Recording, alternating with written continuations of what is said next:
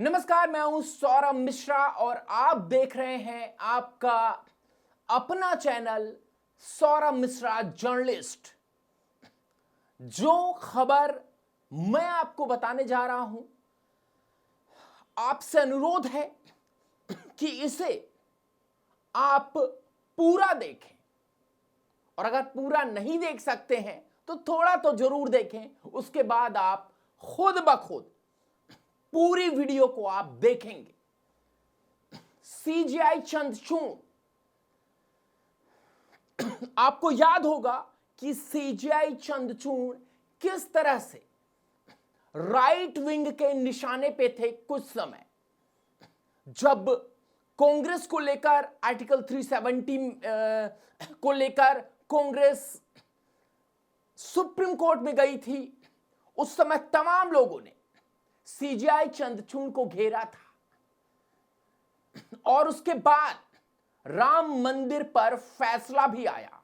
माफ कीजिएगा, धारा 370 पर फैसला भी आया और धारा 370 पर फैसला आने के बाद सबको पता चल गया कि दरअसल सीजीआई चंद्रचूड़ क्या चाहते हैं। उसके बाद विपक्ष को तब मिर्ची लगी जब सीजीआई चंद्रचूड़ के घर प्रधानमंत्री नरेंद्र दामोदर दास मोदी पहुंचे।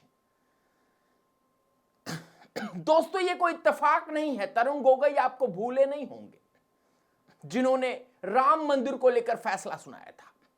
मैं किसी पर आरोप प्रत्यारोप तो नहीं कर रहा हूं, लेकिन इस वक्त सीजीआई चंद्रचूड़ ने पूरे विपक्ष को पटक पटक कर धोया है।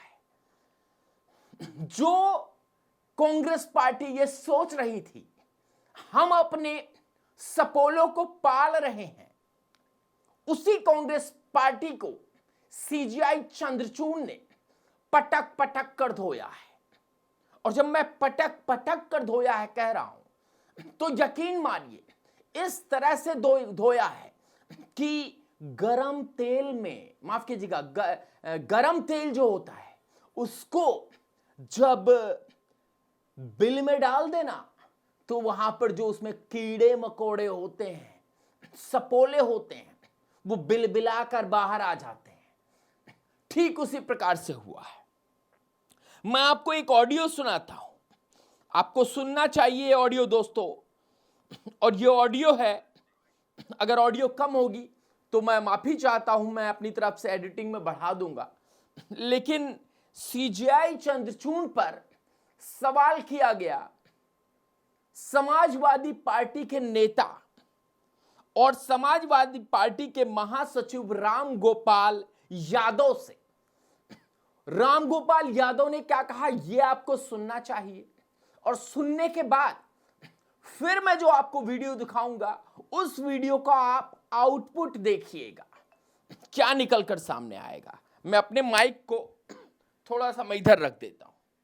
चंद्रचूड़ ने, अभी आपको रविवार को जानकारी होगी कि उन्होंने एक बयान दिया है। जब बाबरी मस्जिद के निर्णय चल रहा था उसको लेकर चंद्रचूड़ ने कहा कि ये दरअसल पत्रकार क्वेश्चन पूछ रहे हैं राम गोपाल यादव से।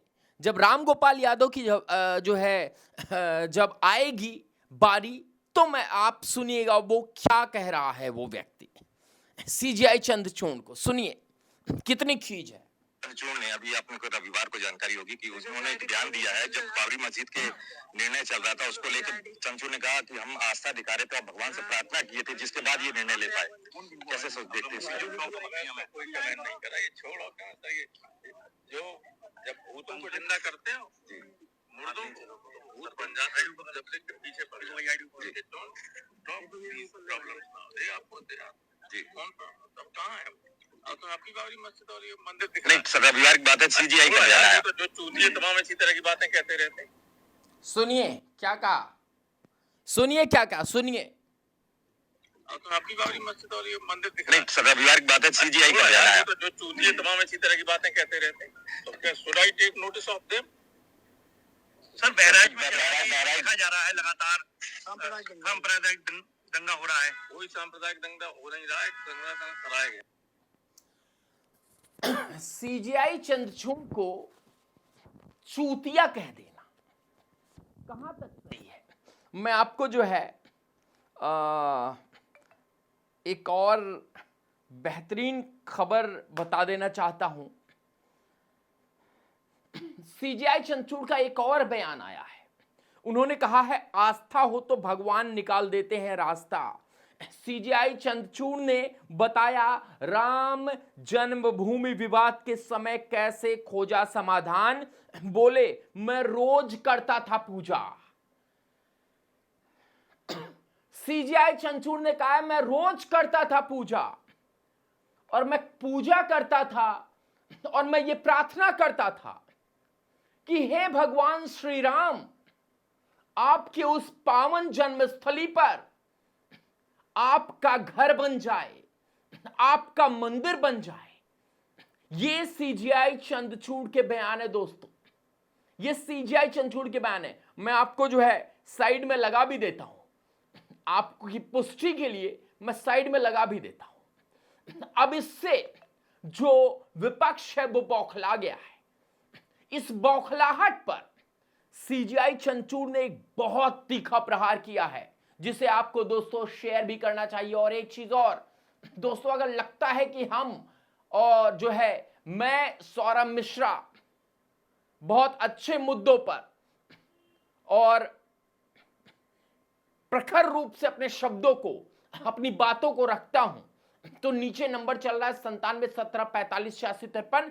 आपसे जितना भी बन सके आप हमें डोनेशन दे सकते हैं, कम से कम 50 रुपए आप हमें दें। चलिए, इस पर मैं ज्यादा समय ना लेते हुए आगे बढ़ता हूं। दोस्तों, सीजेआई चंद्रचूड़ ने, डीवाई चंद्रचूड़ ने कहा है कि साहब, अगर आपके पक्ष में यानी विपक्ष के पक्ष में फैसला आ जाता है तो वाहवाही करते हैं सुप्रीम कोर्ट की, और फैसला नहीं आता है उनके पक्ष में तो वही लोग चिल्लाने लग जाते हैं। वही लोग कहते हैं कि सीजेआई चंद्रचूड़ बिक गया है, सीजेआई चंद्रचूड़ को बोलने की तमीज नहीं है, सीजेआई चंद्रचूड़ चूतिया है। अरे चूतिए शब्द का प्रयोग किया गया है। अब ये देखिए, ये कंटेम्प्ट ऑफ कोर्ट नहीं है क्या? क्या कहेंगे इसे, क्या कहेंगे इसे? इतने बड़े पद पर बैठे व्यक्ति को जब कोई चूतिया कहता है तो कैसी फीलिंग आएगी? और मैं आपको बता दूं, अगर चंद्रचूड़ ने कोई ऐसा फैसला सुनाया था कभी जो कि विपक्ष के फेवर में था, राहुल बाबू के फेवर में था, अखिलेश यादव के फेवर में था, उस वक्त जब राइट विंग के लोग थोड़ी बहुत आलोचना कर रहे थे सीजेआई चंद्रचूड़ का, तो उस वक्त यही लोग कह रहे थे कि साहब, न्याय की मूर्ति, न्याय की देवी, उस पर बैठे देवता का अपमान हो रहा है, अपमान हो रहा है। दोस्तों, मैं रुकने वाला नहीं हूं, आपको मैं आगे बढ़ा देता हूं और आगे बता देता हूं। ये जो पूरा मामला है, सीजेआई चंद्रचूड़ ने साफ और स्पष्ट शब्दों में कह दिया है, भाई जो न्याय है उससे छेड़छाड़ अब नहीं चलेगी। मैं आपको एक वाकया याद दिला देता हूं 2014 का। 2014 में जब नरेंद्र मोदी सत्ता में आए थे, उस वक्त नरेंद्र मोदी ने कहा था कि कॉलेजियम सिस्टम को खत्म कर दिया जाना चाहिए और जो परिवारवाद चल रहा है उसको फिनिश कर देना चाहिए। उस समय कांग्रेस पार्टी की गोद में बैठे तमाम ऐसे मैं जज कहूंगा, मैं नाम नहीं ले रहा हूं, तमाम ऐसे जज थे जिन्होंने इसका खुलकर विरोध किया। और आज जब नरेंद्र मोदी सरकार अपने 10 साल को पूरा कर चुकी है और 15वें साल के लिए आगे बढ़ रही है, वो बात अलग है कि ये सरकार एनडीए की है, नेशनल डेमोक्रेटिक अलायंस की है, लेकिन नरेंद्र मोदी को सत्ता चलाना बखूबी आता है, अपने लोगों को खुश करना बखूबी आता है। इसलिए सत्ता 5 साल चलेगी, कोई दिक्कत नहीं होगी। और एक बात और आप सुन लीजिए, बहुत बड़ी बात है, और बात यह है कि कॉलेजियम सिस्टम भारत से खत्म होने जा रहा है।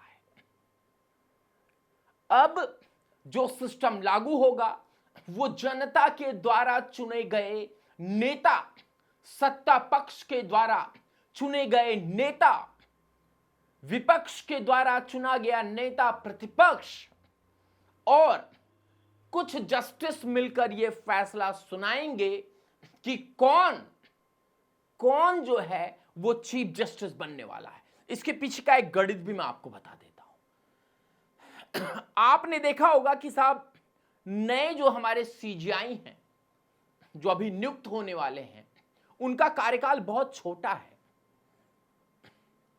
आखिर क्यों? क्योंकि वो रिटायर होने वाले हैं, और जो व्यक्ति रिटायर होने वाला है उसको ये पद क्यों दिया जा रहा है? उसको ये पद इसीलिए दिया जा रहा है कि थोड़ा सा सरकार टाइम बाय कर पाए, समय को खरीद पाए, और समय को खरीद कर जो पीछे से प्रोसेस चल रहा है, जिसको शायद एनजीएसी लागू करने की बात हो रही है, उस पर कार्य किया जाए। और तब तक जो ये नए सीजीआई आपके होने वाले हैं, 20 नवंबर को सीजीआई चंद्रचूड़ अपना पद जो है वो छोड़ेंगे, और नए सीजीआई जब उस पर बैठेंगे, उसके बाद उनकी भी बात मैं बता देता हूं। वो उन लोगों में शामिल थे जिन्होंने हामी भरी थी कि राम मंदिर पर हिंदुओं के पक्ष में, सनातन के पक्ष में फैसला दिया जाना चाहिए। दोस्तों, इस देश में राजनीति कई स्तर पर गिर रही है, और राजनीति कई स्तर पर ऊंची भी उठ रही है। सिलेक्शन आपको करना है, सिलेक्शन आपको करना है कि आप किसके साथ जाएंगे। क्या आप नरेंद्र मोदी के साथ जाएंगे, या फिर आप राहुल गांधी के साथ जाएंगे? तमाम ऐसे पत्रकार जो गोदी मीडिया कहते रहते हैं, उनके शब्दों को परखिएगा और मेरे शब्दों को परखिएगा। आपको समझ में आ जाएगा कि कैसे वो राहुल गांधी के लिए बैटिंग कर रहे होते हैं, और मैं यहां पर जनता के ऊपर सब कुछ छोड़ देता हूं। मैं अपनी वीडियोस में जनता के ऊपर छोड़ देता हूं कि आप बताइए कमेंट्स बॉक्स में कि साहब कौन सही है, कौन गलत है। हम कोई न्याय देने वाले इंसान नहीं हैं, वो बात अलग है। जस्टिस पर मैं खबर सुना रहा था, और सीजीआई चंद्रचूड़ ने जिस तरह से तमाचा मारा है वो वाकई काबिले तारीफ है। बने रहिए दोस्तों सौरभ मिश्रा जर्नलिस्ट के इस चैनल पर। लगातार मैं आपको खबरें पेश करता रहूंगा। चैनल को सब्सक्राइब कर ले, और हां, अगर आपको लगता है देश हित का कार्य मैं कर रहा हूं तो मुझे 50 रुपए कम से कम डोनेशन दे। जो लोग कहेंगे भीख मांग रहा हूं, ये कर रहा हूं, वो उनके शब्द हैं, लेकिन दोस्तों राष्ट्र हित को आगे बढ़ाने के लिए, मदद के लिए जरूर आए। नहीं कर सकते हैं तो वीडियो के शेयर करें, और बने रहें सौरभ मिश्रा जर्नलिस्ट के चैनल के साथ। बहुत बहुत धन्यवाद।